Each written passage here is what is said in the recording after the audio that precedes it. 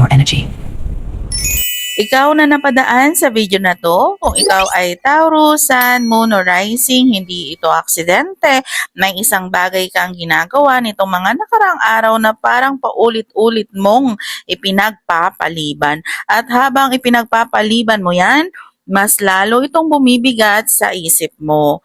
Huminga muna tayo ng malalim. Isara sandali ang mga mata kung ligtas kang gawin ito. Huminga, papasok at dahan-dahang ilabas ang hangin. Kung ano lamang ang tumutugma sa sitwasyon mo, ang kunin mo. Kung hindi ito para sa iyo, hayaan mo itong dumaan. Ang reading na to ay spiritual guidance para sa self-reflection at hindi kapalit ng sarili mong pagpapasya o professional na payo. Ngayong Biyernes, ang energy ng araw ay konektado kay Venus, ang ruling planet ng Taurus at Libra. Kaya malakas ang tema ngayong linggo tungkol sa pera, values, comfort at mga pinipili mong unahin sa buhay. Inaanyayahan ko ang divine, ang mabubuting spirit guides at ang pinakamataas na liwanag para gabayan ang reading na to para sa Taurus, Sun, Moon at Rising. Kung gusto mong sumabay sa weekly zodiac schedule, maaari kang mag-follow. At kung may bahagi ng reading na nakarelate ka, pwede mong ibahagi sa comments. Kung hindi naman tugma, okay lang din. Ang unang mensahe na lumalabas, hindi ka kulang sa kakayahan. Pero may pagkakataon na kulang ka sa consistency. May araw na sobrang sipag mo, may araw na gusto mo lang humiga. At ang ipinapakita rito, ang pinakamalaking kalaban mo ngayong linggo ay hindi ibang tao, kundi ang pag-aakalang mamaya na. May isang bagay na dapat matapos bago matapos ang linggo. Isang report, application, paglilinis, pag-renew, pag-aayos ng documents. Kapag tinapos mo agad ito, mas gagaan ang pakiramdam mo. May mensahe rin tungkol sa pera. Hindi ito energy ng kawalan. Ito ay energy ng maling paglabas ng pera. Baka may makita kang sale, discount, limited edition, trending online, at sasabihin ng isip mo, deserve ko naman. Pero tanungin mo muna ang sarili mo, kailangan ko ba talaga to? O gusto ko lang ito sa ngayon? May Taurus na magugulat kapag nakita ang total na nagastos sa loob ng isang buwan. Hindi dahil malaki ang binili or kundi dahil maraming maliliit na gastos ang nagsama-sama. Kung business owner ka, magandang linggo ito para tignan ang cash flow. Kung empleyado ka, magandang panahon ito para mag-budget. Kung student ka naman, matutong magtabi kahit maliit. Hindi mahalaga kung gaano kalaki ang naiipon. Mas mahalaga ang habit ng pag-iipon. May isa pang mensahe, may ugali kang minsan kapag napagod, gusto mong gantimpalaan agad ang sarili mo at walang mali roon. Kaya ngayong linggo, mas magandang reward ang financial peace kaysa impulsive shopping. Para sa Taurus na 35 hanggang 65 pataas, may possibility na may lalapit para humiram o humingi ng tulong. Bago ka agad magsabi ng oo, siguraduhin mong hindi masasakripisyo ang sarili mong pangangailangan. Ang pagtulong ay maganda pero hindi kailangan ikaw ang laging sumasalo. Para naman sa Taurus na 18 hanggang 30, may opportunity na matuto ng bagong skill. Huwag mong isiping maliit lang yun ha. Maaring yun ang maging dagdag na source of income sa hinaharap. May tema rin ng pagbitaw, may isang bagay na matagal mo nang dinadala. Pagsisisi, galit, pagkakamali, pero ngayong linggo, unti-unti mo nang mararamdaman na handa ka nang lumaya. Hindi mo kailangang dalhin ang nakaraan habang papunta ka sa bagong simula. At tandaan, hindi lahat ng nakikita mong gusto mo ay kailangan mong angkinin. Minsan, ang pinakamagandang desisyon ay ang pagpili ng huwag gumastos. May isa pang mensaheng gustong lumabas, may Taurus na pakiramdam niya parang ang daming gustong mangyari pero kulang ang oras. Sa totoo lang, hindi oras ang kulang. Ang kulang ay malinaw na priority. Kapag sabay-sabay mong gustong gawin ang lahat, wala kang matatapos ng maayos. Ngayong linggo, subukan mong isulat ang 3 pinakamahalagang gawain. Kapag natapos mo ang 3 yan, saka mo isipin ang iba. May isa ring energy dito ng pagkaubos ng motivation. May umaga na gigising kang inspired pero pagsapit ng hapon, parang nawawala ang gana. Kung nararanasan mo to, wag mong intayin dumating ang motivation. Minsan, ang disiplina ang nauuna bago bumalik ang sigla. May mensahe rin tungkol sa mga taong nakapaligid sa'yo. Hindi lahat ng nagbibigay ng opinyon ay may karapatang magdikta ng direksyon sa buhay mo. May isang tao na parang laging may masasabi. Kapag may ginawa ka, may puna. Kapag wala kang ginawa, may puna pa rin. Ang mensahe, huwag mong ubusin ang energy mo sa pagpapaliwanag. Mas tahimik ang progreso kaysa sa argumento. Para sa Taurus na nasa edad na 35 hanggang 65 pataas, may possibility na may maliit na hindi pagkakaunawaan sa pamilya o trabaho. At bago ka sumagot, bigyan mo muna ng ilang minuto ang sarili mo. May mga salitang kapag nasabi sa init ng emosyon, mahirap nang bawiin. Ang katahimikan minsan ay mas malakas kaysa mahabang paliwanag. Para naman sa Taurus na 18 hanggang 30, kung may balak kang bumili ng bagong gadget, bagong sapatos, bagong damit o anumang hindi pa talaga kailangan, subukan mong maghintay ng 2 o 3 araw. Kapag gusto mo pa rin pagkatapos ng ilang araw, baka kailangan mo nga. Pero kung nawala na ang excitement, ibig sabihin, impulse lang yun. May isa pang mensahe tungkol sa pagkain. Napapansin ko rito ang energy ng pagiging mapagbigay sa sarili kapag stress. Comfort food, milk tea, fast food, online food delivery.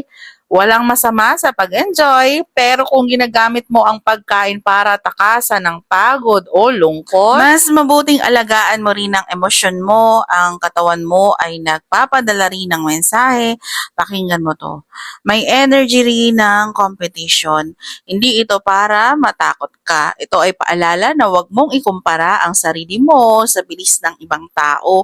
May nakikita kang mas mabilis umangat, mas mabilis or mas maraming followers, mas malaking kita, mas magandang trabaho, pero hindi mo nakikita ang buong kwento nila. Ang tanging kailangan mong lampasan ay ang sarili mong kahapon. Sa usapang career, may isang responsibility na maaring idagdag sa'yo. Sa una, isipin mong dagdag trabaho lang, pero maari itong maging daan para mas mapansin ang kakayahan mo. Kung may interview, meeting, presentation o proposal, maganda ng mabuti. Ang paghahanda ang magbibigay sa iyo ng kumpiyansa sa usaping pag-ibig. Kung may partner ka, iwasan ang pagdadala ng stress sa relasyon. Minsan hindi solusyon ang paghahanap ng mali sa isa't isa. Mas mahalaga ang pag-uusap na kalmado kaysa pagde-debate kung sino ang tama.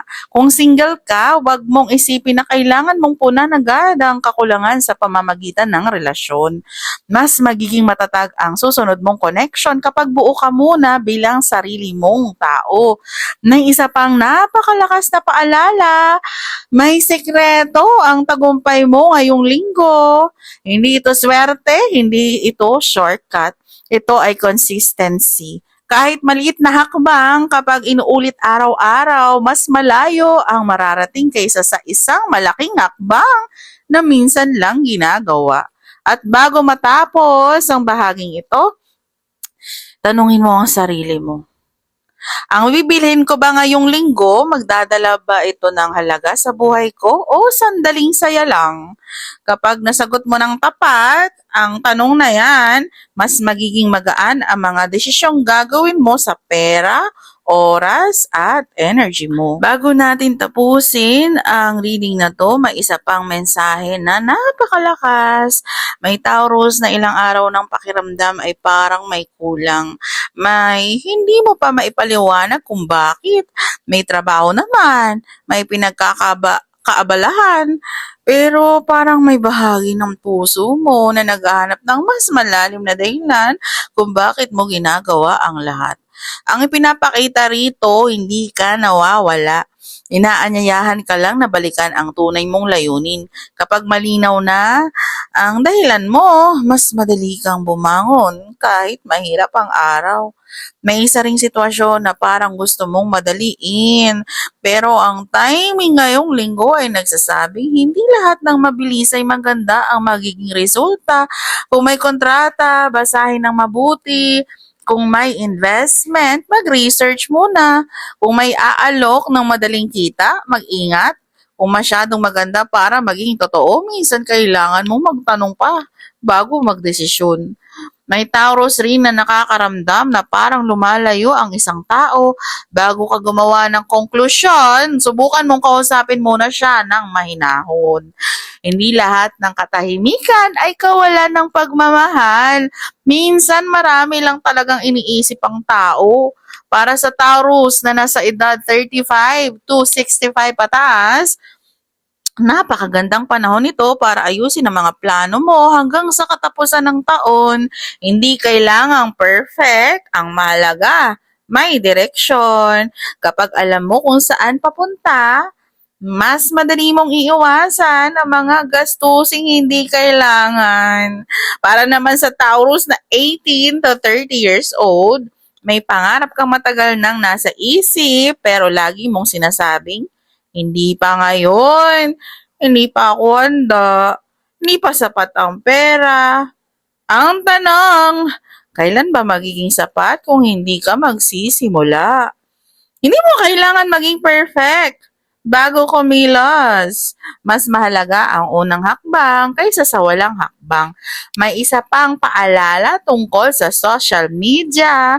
Magandang mag-inspire, magandang matuwa sa success ng iba, pero wag mong gawing batayan ng halaga mo ang nakikita mo online. May mga tagumpay na hindi ipinopost at may mga ngiti na may kasamang pagod na hindi rin nakikita. Kaya wag mong ikumpara ang kabanata 1 mo sa kabanata 10 ng ibang tao. Ang pinakamahalagang investment ngayong linggo, hindi bagong gamit, hindi bagong luho, kundi ang sarili mo. Ang kaalaman, ang kalusugan, ang disiplina at ang kapayapaan ng isip. Ngayon naman, tignan natin ang mensahe ng mga angels. Ang unang message mo ay, what do you desire? Tinatanong ka ng universe, ano ba talaga ang gusto mo? Hindi ang gusto ng pamilya, hindi ang gusto ng mga kaibigan, hindi ang gusto ng lipunan. Ano ang tunay na pangarap ng puso mo? Kapag malinaw ang sagot, mas magiging malinaw din ang mga susunod mong hakbang. Isulat mo ang pangarap mo, isulat mo ang goals mo. At bawat araw, gumawa ka ng kahit isang maliit na hakbang papalapit doon. Ang ikalawang mensahe ay wedding. Hindi ito para sa lahat ay literal na kasal. Para sa ilan, ito ay simbolo ng commitment. Commitment sa relasyon, commitment sa negosyo, commitment sa isang bagong partnership. Commitment sa pangarap na matagal mo nang ipinagpapaliban at para sa iba, ito ay paalala na ang matatag na relasyon ay nagsisimula sa pagtitiwala, respeto at tamang communication. Bago tayo magtapos, paalala lang, hindi ako ang unang nagme-message sa kahit sino para mag-alok ng personal reading. Kung gusto mong magpa-personal reading, siguraduhin ikaw mismo ang mag-message sa mga official accounts ko. Mag-ingat sa mga poster at fake accounts na gumagamit ng pangalan o larawan ko. At kung gusto mong mas maintindihan ang iyong life path at spiritual journey, available ang Book 1, Discover Your Soul Purpose Workbook. At kung gusto mong mas maintindihan ang natal chart mo at ang mga regalong dala ng kapanganakan mo, available rin ang Book 2, Decode Your Birth Chart. Kung naghahanap ka rin ng simbolo ng intention para sa abundance, negosyo, love at protection, available din ang aking bracelet collection. Maraming salamat sa panunood, Taurus, Sun, Moon at Rising. Naway ang linggong ito ay maging paalala na ang tunay na yaman ay hindi lang nasusukat sa perang hawak mo. kundi sa mga desisyong ginagawa mo araw-araw. Piliin ang disiplina bago ang impulsive na paggastos. Piliin ang pangmatagalang kapayapaan kaysa panandaliang kasiyahan.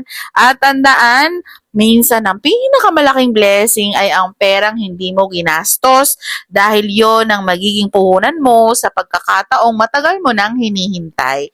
Again, this is Astro Luna Quest. Hanggang sa muli, hanggang sa susunod na readings.